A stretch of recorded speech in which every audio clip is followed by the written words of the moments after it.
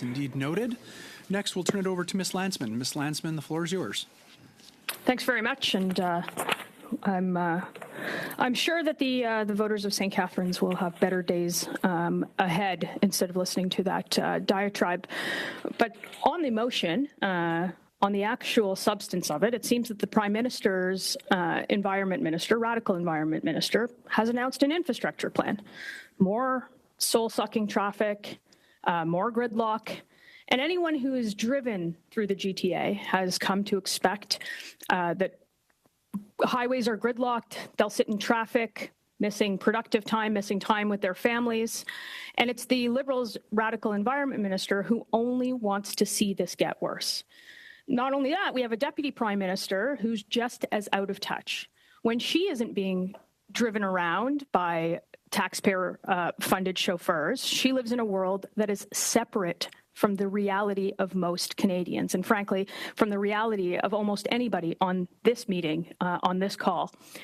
So bragging that, I don't own a car, that's a direct quote. I'm like, 300 meters from the nearest subway, I walk and I take the subway.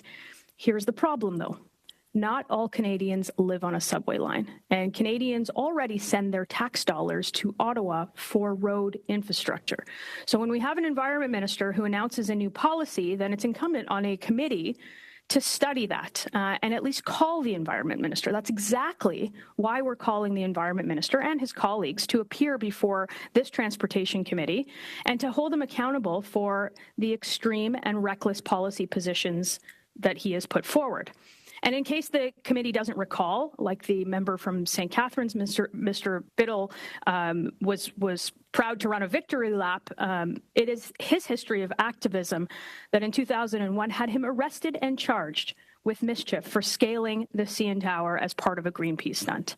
And I know that 2001 is long ago, but even in 2019, in an interview, he said, in many ways, you were still the guy who climbed the CN Tower. Those are his words. I am still the guy who climbed the CN Tower. So after 2.5 years of his tenure as Liberal Environment Minister, there is no doubt that that statement was true. He has proven himself to Canadians to be a radical, far-left Greenpeace activist that he has described himself to be.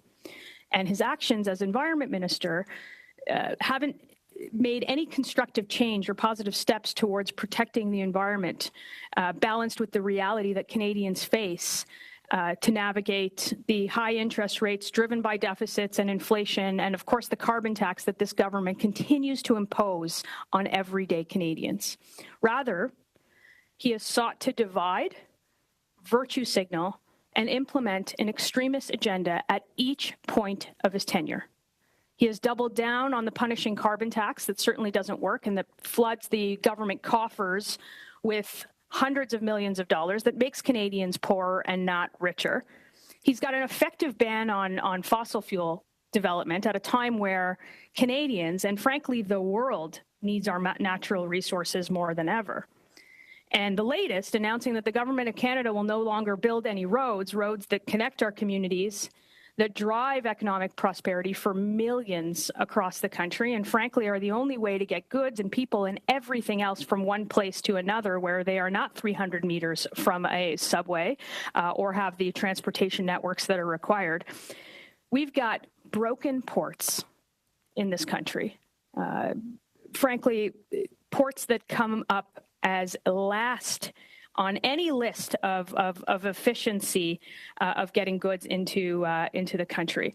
We have a road system that if you ask anybody who sits in traffic anywhere in the GTA, in Greater Vancouver, in Montreal, in Ottawa, why they're sitting in their cars for hours at a time, if you ask them if our road system is effective, they will surely tell you no.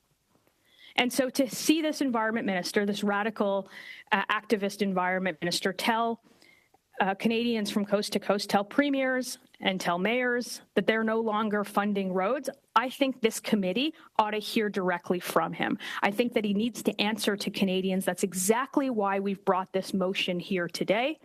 And that's exactly why we want to hear from him and his colleagues about the direction of this government rather than a laundry list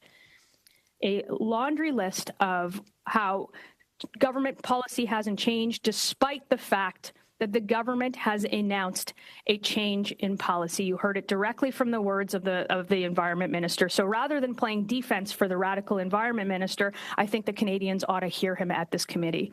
So bringing it back to the motion rather than the diatribe we heard from the member from St. Catharines, Mr. Biddle, I think that we should refocus this discussion on bringing the government's Environment Minister and his colleagues to committee to answer to Canadians on why they want to stop construction of roads, why they want to continue with their radical agenda of environment policy, which is going to quadruple the carbon tax and stop people from driving their cars, transferring their goods, and seeing one another. Thanks, Mr. Chair. Thank you, Ms. Lantsman. Next, we have